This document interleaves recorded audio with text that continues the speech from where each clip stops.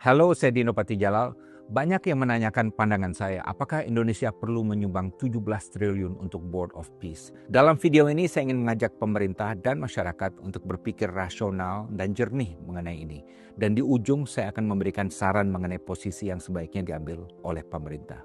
Pertama, yang paling penting digarisbawahi adalah skalanya.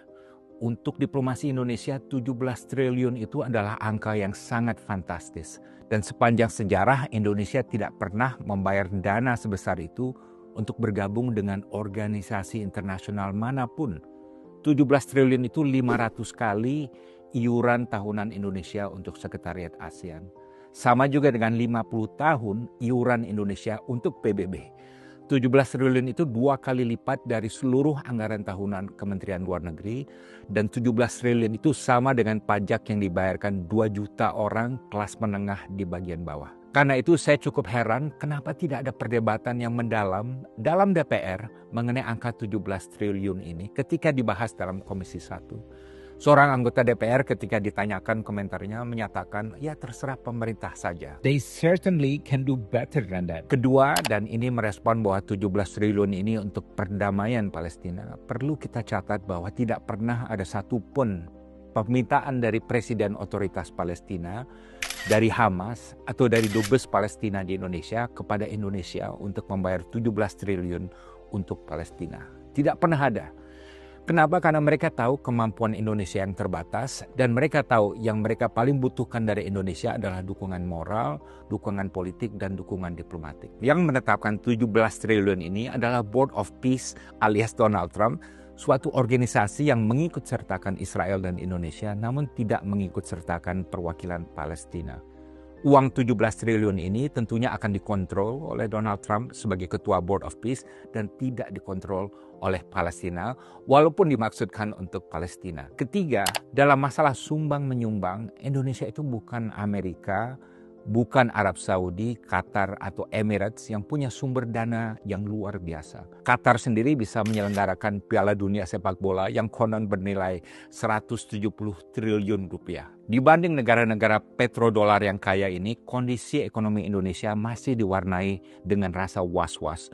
Ruang fiskal semakin terbatas, pengetatan anggaran masih berlaku karena program MBG, transisi energi bersih masih lamban karena kurangnya dana, rupiah sedang melemah, kepercayaan investor luar dan dalam negeri belum solid, daya beli masyarakat menurun, pasar modal kita sedang anjlok, dan ketidakpastian ekonomi global semakin tinggi. Dan jangan lupa yang juga sangat urgent, saudara-saudara kita di Sumatera yang terkena bencana banjir dan longsor masih sangat memerlukan bantuan rekonstruksi dan rehabilitasi.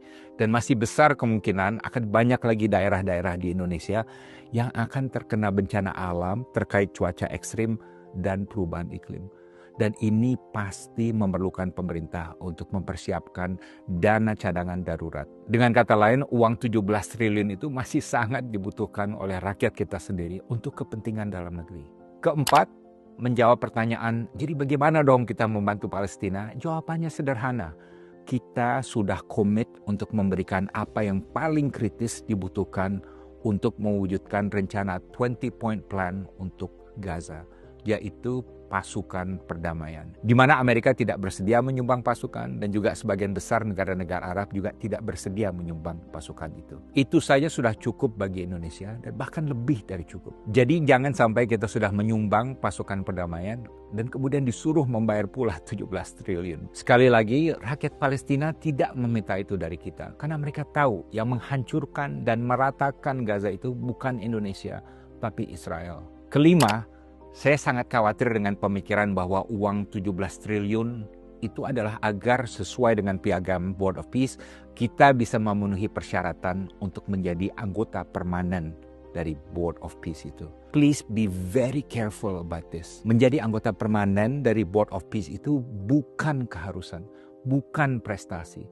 bukan kehormatan, bahkan penuh ranjau dan resiko. Saya melihat gejala kuat Board of Peace akan menjadi privatized multilateral institution yang sepenuhnya dikontrol oleh Trump. Sekarang ini mungkin fokusnya untuk Gaza, tapi nanti bisa juga digunakan untuk isu-isu internasional lain yang pasti akan menyaingi peran PBB. bahkan mengecilkannya. Dan ingat, Board of Peace ini dipimpin oleh sosok Donald Trump yang baru saja menculik Presiden negara berdaulat Venezuela, yang secara ilegal ingin mencaplok Greenland, yang tahun lalu membom Iran, dan yang gemar menjatuhkan rezim negara-negara lain yang tidak disukainya.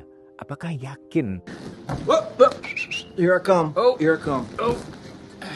Indonesia mau menjadi anggota permanen private club of Donald Trump ini? Dan bagaimana kalau Donald Trump tidak lagi menjadi Presiden Amerika Serikat di tahun 2029?